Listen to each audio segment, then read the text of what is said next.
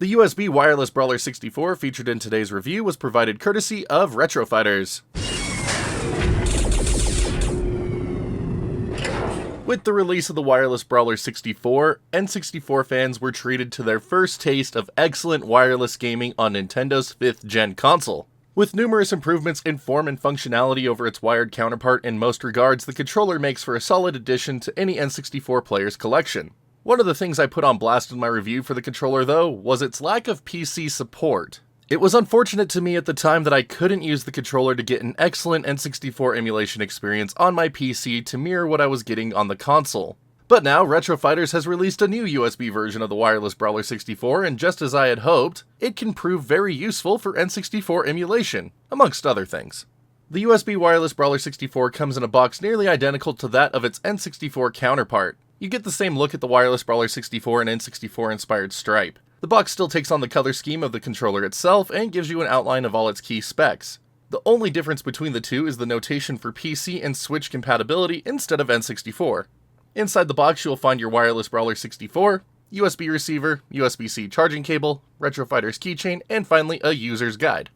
Alright, so just to get this out of the way, the controllers included with these new USB Wireless Brawler 64 bundles are the same ones that come in the N64 receiver versions. You get the same great ergonomic design with punchy buttons and a stick with great resistance. The redesigned Z buttons remain a personal highlight over the wired originals. The only difference design-wise between the two comes from the back label, which now features a USB designation as well as a macro for changing the controller between direct input and X input modes. Because the controllers are the same, I am taking the liberty to assume that they share the same durability. I can't stomach tossing another one of these beauties from the balcony. And for those of you wondering, yes, that one does still work all these months later.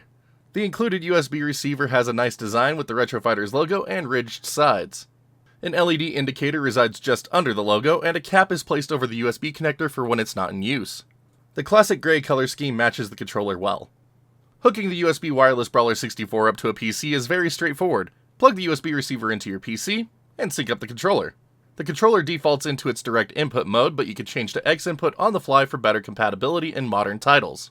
My main focus with the USB Wireless Brawler 64 is, of course, its use as a controller for N64 emulation. I have become quite accustomed to how the controller handles on real hardware, and after initial setup I am quite pleased with what we have on PC. For the most part, the experience is nearly identical, with only some minor dead zone variances being detectable between the two from my observation. With some further tweaks to controller tuning, this could most likely be reduced even further, but in my opinion it's fairly negligible. For fans of N64 emulation, this means you can expect practically console-level performance with a proper modern N64 button layout. It never gets old playing through my assortment of N64 games on PC with a proper controller. Each game in my collection that I have been able to spend time with has behaved as intended, making the only real noticeable difference between the two experiences higher visual quality. Having proper C button controls is the biggest difference between using a Wireless Brawler 64 over an Xbox, PlayStation, or any other twin-stick controller. The lack of a second analog stick does make the controller less ideal for an overwhelming majority of modern titles, but it can still be of use in indie games or fighting games quite well. With direct input functionality, it can also be used as a great retro PC controller under older operating systems. Funny how well a controller meant to be used on a console from 1996 works great for games around 1996, isn't it? If you have a number of Wireless Brawler 64s in your possession, each one can be paired with the new USB receiver at any time. So as an example, if you just picked up the sleek-looking Ultra Edition Wireless Brawler 64, you can now use it on PC or Switch as well as your real console. When connected to a PC or Switch, the turbo and clear buttons get reassigned to select and home. Back on N64, the buttons resume their original purpose. Hopefully down the line we can see the USB receiver offered as a separate purchase for all current Wireless Brawler 64 owners who would like to take advantage of their current controllers on PC. Unfortunately, the USB Wireless Brawler 64 does share all the problems with its traditional N64 variant, which isn't unexpected considering they are interchangeable. The lack of a rollable D-pad and rumble still sting my own personal tastes, but this also means that the momentary input dropouts that can occur on the triggers are still present while in use on PC. For most games this is completely unnoticeable, but for fans of Mario Kart 64 this can be more problematic. For what it's worth, games that rely on the triggers for throttle are much less problematic than when they are used for item storing, and as such, Mario Kart 64 is about the only game this problem is noticeable to me. Switch usage is also a bit more limited than I would have hoped for. The receiver doesn't show up as a Pro controller, meaning there are no remappable options available for the default button mapping, which is a bit interesting to say the least. Unfortunately, there are also no other button mapping macros available to change things around from the default, so while it does work for the same types of games as on PC, it is less than ideal, and I have reservations about if the controller can be used properly for the N64 games coming to Switch, which would be an ideal use case. Just a quick note here, I got to test the Wireless Brawler 64 on the Nintendo 64 Switch app. It was just after I wrote this review, but it unfortunately does not work as you would hope. A and B are good, these two C buttons not so much, and these two C buttons not so much. But maybe we could see some updates to address that. With its new USB receiver allowing for use on PC, the Wireless Brawler 64 has expanded its uses beyond its N64 console roots. Emulation fans will be pleased by its faithful handling of N64 titles, while additional PC titles can also be played, as long as they are not hampered by the controller's lack of a second analog stick, that is. While the USB Brawler 64 still suffers from random input dropouts on its triggers, it shouldn't be noticeable in most cases. Usage on Switch does feel a bit underwhelming though, with it not showing up as a Pro controller and the lack of additional button mapping macros. With all of these various pros and cons and specific use cases, or lack thereof, the USB Wireless Brawler 64 is best suited for N64 emulation enthusiasts wanting to cover all their bases. Take stock of your current lineup and playstyles and see if this model is right for you. Alright everybody, that is my take on the new USB variant of the Wireless Brawler 64. Overall, still a solid controller in my mind, and really awesome to use on N64 emulation. Outside of that, it is going to be a very niche controller project. I mean, if you want to have a single stick, 6-button input for fighting games on PC and the such, pretty cool option. But for wide game usage, I mean, it's not going to be as useful. But at least on PC, you can remap the buttons any way you want using programs like WASD. But for those of you on Switch, I mean, this is going to be a fun controller for Smash Ultimate if you want to have an N64 style experience with that.